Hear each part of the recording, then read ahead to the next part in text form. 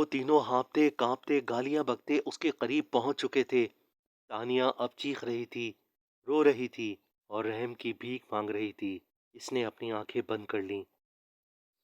حوا کی بیٹی کی یہ داستان آخر تک دیکھیں، اس کے اینڈ کا تعین آپ خود کریں گے۔ ہاسٹل کی عمارت بھائیں بھائیں کر رہی تھی۔ اس کی روم میٹ بھی دن میں جا چکی تھی۔ ہر طرف سناٹے کا راج تھا۔ سڑک پر اکا دکا گاڑی گزرتی تو سناٹے کا زور ٹوٹتا۔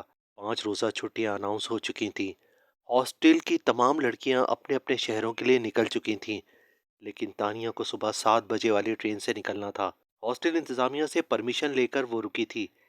گرلز ہاسٹل کی عمارت کے ساتھ بوائز ہاسٹل کی عمارت تھی اور درمیان میں ایک دیوار تھی جو انہیں الگ کرتی تھی۔ ہاسٹل کی 4 منزلہ عمارت کے سامنے چھوٹا گراؤنڈ تھا اور اس کے ساتھ گارڈ کا کمرہ اور گیٹ۔ انتظامیہ کا آفس گراؤنڈ فلور پر تھا جو اس وقت بند تھا اور گارڈ گیٹ پر موجود۔ تانیہ کا کمرہ پہلی منزل کے عقبی حصے میں تھا جہاں سے چھوٹا نالا گزر رہا تھا اور درختوں کی قطاریں بھی تھیں۔ یہ علاقہ زیادہ آباد نہیں تھا۔ چونکہ ہاسٹل کا کرایہ کم تھا اس لیے تانیہ نے اسے سیلیکٹ کیا تھا۔ تانیہ نے وقت دیکھا، رات کے 9 بج رہے تھے۔ اس کا بیگ تیار تھا۔ اسے صبح 5 بجے ہاسٹل سے نکل جانا تھا۔ اس 4 منزلہ عمارت میں وہ اکیلی تھی۔ یہی چیز اسے خوف سے دوچار کرنے لگی۔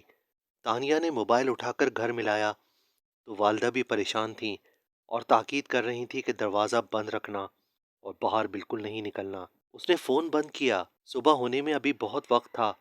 اسی لمحے لائٹ چلی گئی۔ اس کا دل اب زور زور سے دھڑکنے لگا۔ اس کا کمرہ اگر فرنٹ پر ہوتا تو وہ گارڈ روم کو دیکھ سکتی تھی۔ اس نے موبائل ٹارچ روشن کر لی اور ہمت کر کے دروازہ کھولا۔ راہداری میں 8 کمرے تھے، وہ بھی آمنے سامنے، سب بند تھے۔ وہ تنہا تھی۔ اس نے گارڈ کا نمبر ملایا۔ بیل جاتی رہی لیکن اس نے نہیں اٹھایا۔ تانیہ نے گھبرا کر دروازے کو بند کر لیا۔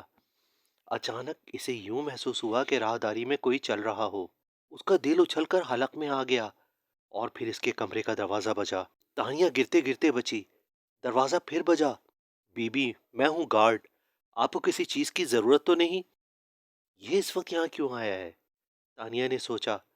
نہیں، مجھے کسی چیز کی ضرورت نہیں بی بی جی، میں 1 گھنٹے کے لیے کھانا کھانے جا رہا ہوں۔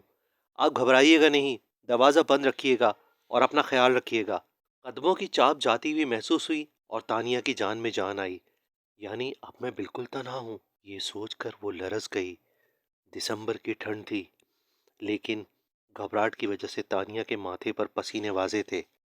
ابھی وہ بیڈ پر بیٹھ کر کمبل اوڑھ ہی رہی تھی کہ پچھلی سم کھولنے والی کھڑکی کا شیشہ زور سے ہلا اور یوں لگا جیسے کوئی باہر سے زور لگا کر کھڑکی کو اندر دھکیل رہا ہو۔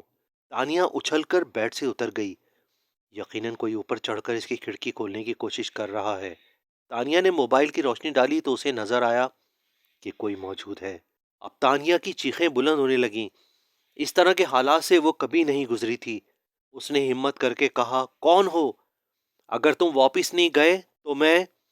اس کی آواز حلق میں اٹک کر رہ گئی جب ایک دھماکے کے ساتھ کھڑکی کھل گئی اور سیاہ لباس میں چھپے چہرے کے ساتھ کوئی اندر داخل ہونے کی کوشش کرنے لگا۔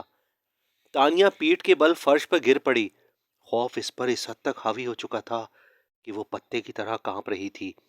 وہ جو بھی تھا اندر داخل ہو چکا تھا اور اس کے ساتھ ہی دوسرا نقاب پوش بھی اندر داخل ہو گیا۔ اب تانیہ کے پاس 2 راستے تھے، یا تو سرنڈر کر دے یا لڑ کر نکلنے کا راستہ تلاش کرے۔ تانیہ نے پوری طاقت سے ہاتھ میں پکڑا موبائل اگلے نقاب پوش کے منہ پر دے مارا اور تیزی سے دروازہ کھول کر باہر راہداری میں نکل بھاگی۔ اس کا سانس چڑھ رہا تھا لیکن اسے ہر حال میں یہاں سے نکلنا تھا۔ اس کے پیچھے دوڑتے قدموں کی آوازیں گونجنے لگیں۔ رک جاؤ ورنہ ماری جاؤ گی، وہ چیخے۔ تانیہ نیچے جانے والے زینے کی طرف لپکی لیکن اوپر کوئی تیزی سے چڑھ رہا تھا۔ تانیہ کے پاس اب اوپر جانے کے سوا کوئی راستہ نہیں بچا تھا۔ وہ زینے سے دوسری منزل پر جا پہنچی۔ تینوں نقاب پوش چیختے اور ڈراتے دھمکاتے پیچھے دوڑ رہے تھے۔ تانیہ کا سانس دھونکنے کی طرح چل رہا تھا۔ اس کا دل یوں لگ رہا تھا پھٹ کر سینے سے باہر آ جائے گا۔ نہ جانے کہاں سے اس میں اتنی ہمت آ گئی تھی کہ وہ موت سے بچنے کے لیے بھاگ رہی تھی۔ تیسری منزل پر اسے پوچھا لگانے والا ڈنڈا نظر آیا۔ اس نے بالٹی اور وہ ڈنڈا تعاقب کرنے والوں پر اچھال دیا۔ وہ پیچھے کو گرے اور تانیہ چوتھی منزل کے سب سے آخری کمرے کی دیوار کے ساتھ پش لگا کر کھڑی ہو گئی۔ اب بھاگنے کا کوئی راستہ نہیں تھا۔ وہ تینوں ہانپتے کانپتے گالیاں بکتے اس کے قریب آنے لگے۔ تانیہ چیخ رہی تھی، رو رہی تھی، رحم کی بھیک مانگ رہی تھی۔ اس نے آنکھیں بند کر لیں اور اب نہ جانے اس کے ساتھ کیا ہونے والا تھا۔ اچانک دائیں کمرے کا دروازہ کھلا اور کسی نے اسے بازو سے پکڑ کر اندر گھسیٹ لیا اور زور سے دروازہ بند کر دیا۔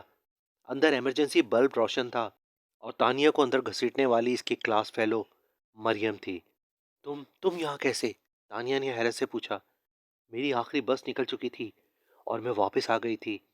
دروازہ زور زور سے بج رہا تھا اور تینوں درندے دروازے کو لاتے مار رہے تھے۔ کھولو ورنہ!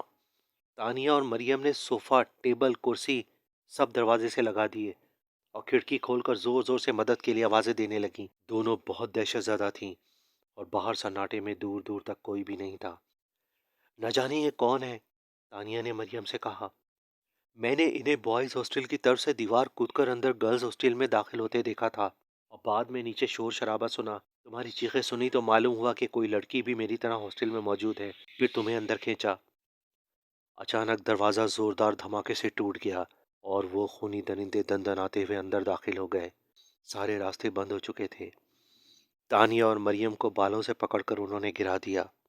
اگلے دن کا سورج بھی دھند اور کوہر میں چھپ گیا۔ وہ بھی شرمندہ تھا۔ ہوا کی دو بیٹیاں انسانوں کی بستی میں جانوروں کا شکار بن گئی تھیں۔ وہ گارڈ بوائز ہاسٹل کے تھے اور ایک گرلز ہاسٹل کا، جنہیں رکھوالا سمجھا گیا تھا، وہی لٹیرے نکلے۔ فیئر آف ڈارک نائٹس میں آپ سچے، حیرت انگیز اور خوفناک واقعات دیکھ سکیں گے۔ اس طرح کے مزید واقعات دیکھنے کے لیے چینل کو سبسکرائب کر لیجئے اور کمنٹ سیکشن میں اپنی رائے کا اظہار ضرور کیجئے۔ Thanks for watching.